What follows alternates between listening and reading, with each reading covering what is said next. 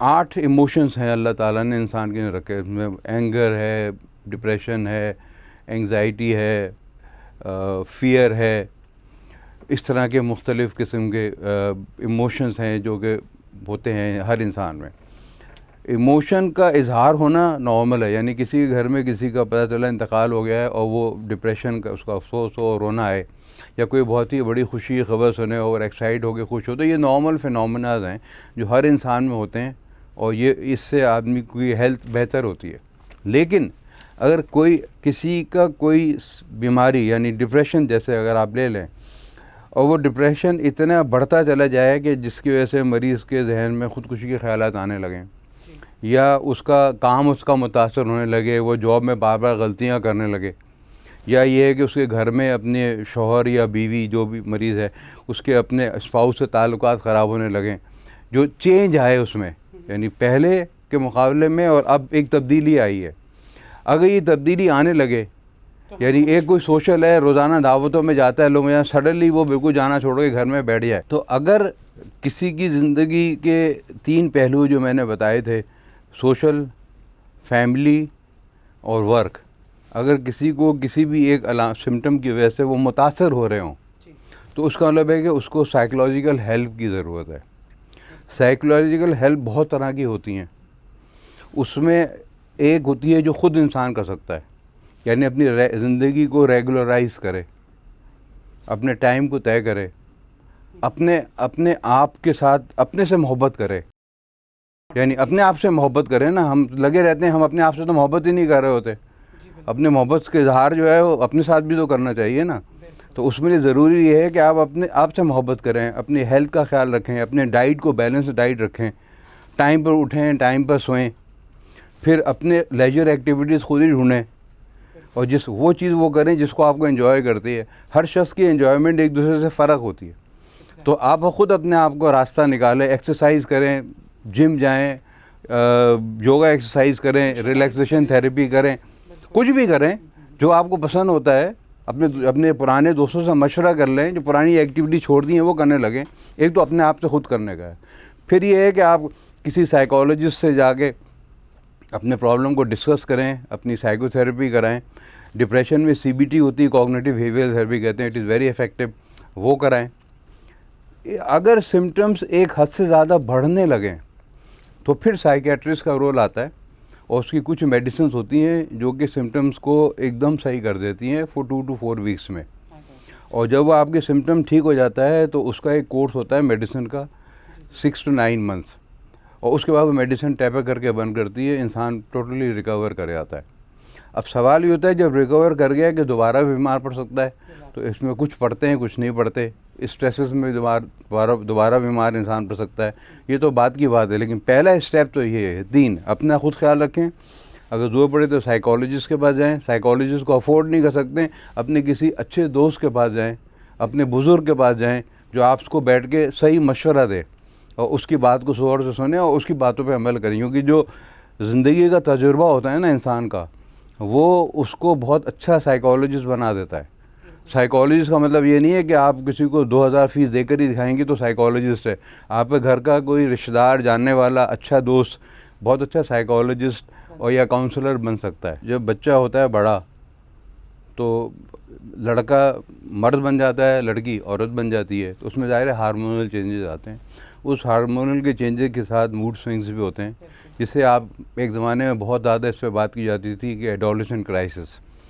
आप उस क्राइसिस से गुजरते हैं, मुख्तलिफ प्रोफेशन में जाते हैं, अल्टीमेटली यू सेटल डाउन।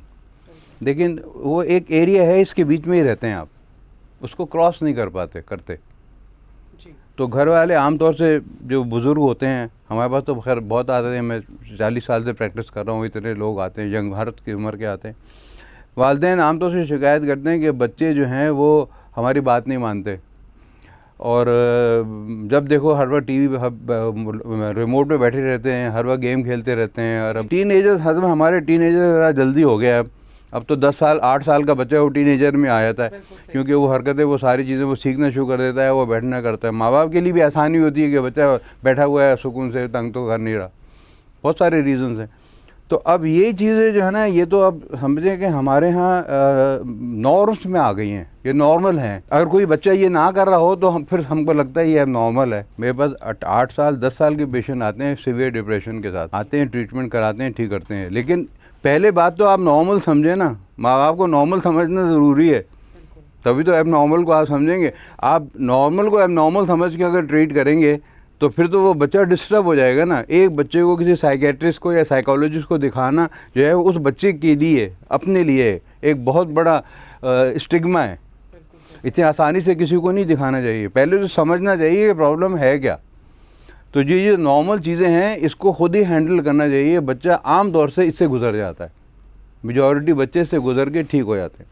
हाँ, लेकिन अगर कोई साथ में ड्रग्स लेने लग जाए या इतना हो जाए कि स्कूल से कंप्लेंट जाए, उसको स्कूल फोबिया हो रहा है, स्कूल ही जाना छोड़ दिया, 3 महीने से बच्चा स्कूल ही नहीं गया, तो फिर साइकोलॉजिकल इंटरवेंशन की ज़रूरत है, जाहिर है। हाँ, फिर टीन एजर्स के अंदर जो डिप्रेशन होता है ना, वो एडल्ट डिप्रेशन से फ़र्क होता है। टीन एजर्स में जब डिप्रेशन होता है उसकी पहली अलामत ये होती है कि बच्चा गुस्सा और चिड़चिड़ा हो जाता है और घर से भागना शुरू कर देता है। और बहुत से बच्चे डिप्रेशन में घर छोड़ के गायब हो जाते हैं और ढूंढते रहते हैं कहाँ चला गया बच्चा। इसी कैफियत के अंदर ड्रग्स में भी जा सकता है बच्चा, जिसको अलर्ट रहने की बात है। लेकिन अपने मसला क्या है बताऊँ ना, पेरेंट्स का, पेरेंट्स अपने आप से अपने बच्चे को कंपेयर करते हैं। अब आप जिस ज़माने में थे उस ज़माने में टीवी पे 1 या 2 चैनल आते थे हैं, और आपके पास मोबाइल जो था ना उसमें कुछ भी नहीं होता था। मोबाइल था नहीं उस ज़माने में, होता था बिज़ावे ज़्यादा कुछ नहीं था। अब दुनिया बदल गई है, दुनिया ग्लोबली बहुत करीब आ गई है। तो पहली बात तो ये है कि आपको बच्चे की एज के हिसाब से सोचना पड़ता है। बहुत सी दफ़ा ऐसा होता है, मैं कहता हूँ कि भाई आप बच्चे को तो छोड़ें, आप आया करें, आपको काउंसलिंग की ज़रूरत है। तो how to become a good parent. जब से इंसान पैदा हुआ है उस वक्त से ये सिलसिला चल रहा है मेंटल इलनेस का, जो है ना, एक बहुत बड़ी तादाद समझती है। कोई अगर कोई मरीज़ हो जाए तो वो, अब बच्चों से हम हट गए हैं, बड़ों की भी बात कर रहे हैं, तो वो कहते हैं किसी ने जादू कर दिया, किसी ने नज़र लगा दी, किसी ने ब्लैक मैजिक कर दिया। वो कल्चर के हिसाब से वो कहते हैं किसी पे, गांव में आप जाएं, गांव से लोग आते हैं कि जिन चढ़ गया है इसके ऊपर, बच्ची के ऊपर, ये इस तरह की बातें। ये तो एक है। दूसरा ये है कि बहुत सारे लोग ये समझते हैं कि जो मेंटली इलनेस है, जब एक बार हो जाए तो ये उस मरीज़ के अंदर बुराई है, ये उसकी कमज़ोरी है, ये उसकी बुराई है, यानी ये बीमारी नहीं है बल्कि बुराई है और एक ऐब है। तो उसके हिसाब से फिर उसको डील डिफरेंट तरीके से करते हैं। सोसाइटी से पाकिस्तान नहीं है, this is everywhere, you know. हम समझते हैं कि अंग्रेज़ जो है ना आसमान से उतर के आए हैं, वो उतर के नहीं आए हैं, बल्कि उनकी जो साइकोलॉजिकली और जहनी सेहत है वो बहुत ही ख़राब है, बहुत ज़्यादा। मैं तो 7 साल वहाँ काम किया है, मैं उसको डिस्कस करना नहीं चाह रहा क्योंकि ज़रूरत नहीं है।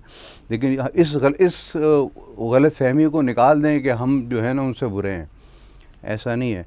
बात असल में यह है कि जब लोग बीमार पड़ते हैं तो बहुत सारे जो उनके टीनेजर्स के बता रहा हूँ या यंग पेशेंट, यंग वालिदैन समझते हैं कि हमारी गलती से ये बीमार पड़ा है, यानी हमने शायद बच्चे की तरबियत सही नहीं की इसलिए इसको ये बीमारी हो गई।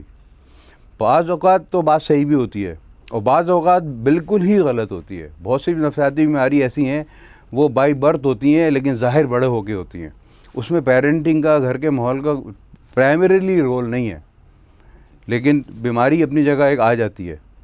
फिर यह है कि ये ऑफिस में किसी को, मैं तो समझ रहा हूँ ना, आप सर्वे कर लें, किसी भी एक ऑफिस में चले आएँ, वहाँ 100 लोग जितने जॉब कर रहे हैं उनको आपको सर्वे कर लें, एटलीस्ट 25 to 30 ऐसे होंगे जिन लोगों को साइकेट्रिक प्रॉब्लम होगा, उनको प्रॉब्लम होगा, और उसमें से तकरीबन 10 या 12 ऐसे होंगे जिनको एक्चुअली क्लिनिकल डिप्रेशन होगा, लेकिन वो कोप कर रहे हैं, उसी में ज़िंदगी गुजार रहे हैं और ना बीमारी को समझ पाते हैं, ना अपना इलाज कराते हैं, क्वालिटी ऑफ लाइफ को ख़राब किए जा रहे हैं, उससे उनका एनवायरनमेंट भी ख़राब हो रहा है। और अगर बॉस की तबीयत ख़राब है तो एम्प्लॉइज़ के तो आप हालात देख ही लें। अगर बॉस बीमार पड़ गया और उसको अगर कोई साइकेट्रिक प्रॉब्लम है और वो एक्सेप्ट नहीं कर रहा और ट्रीटमेंट नहीं करा रहा तो भुगतेगा कौन? उसके एम्प्लॉइज़।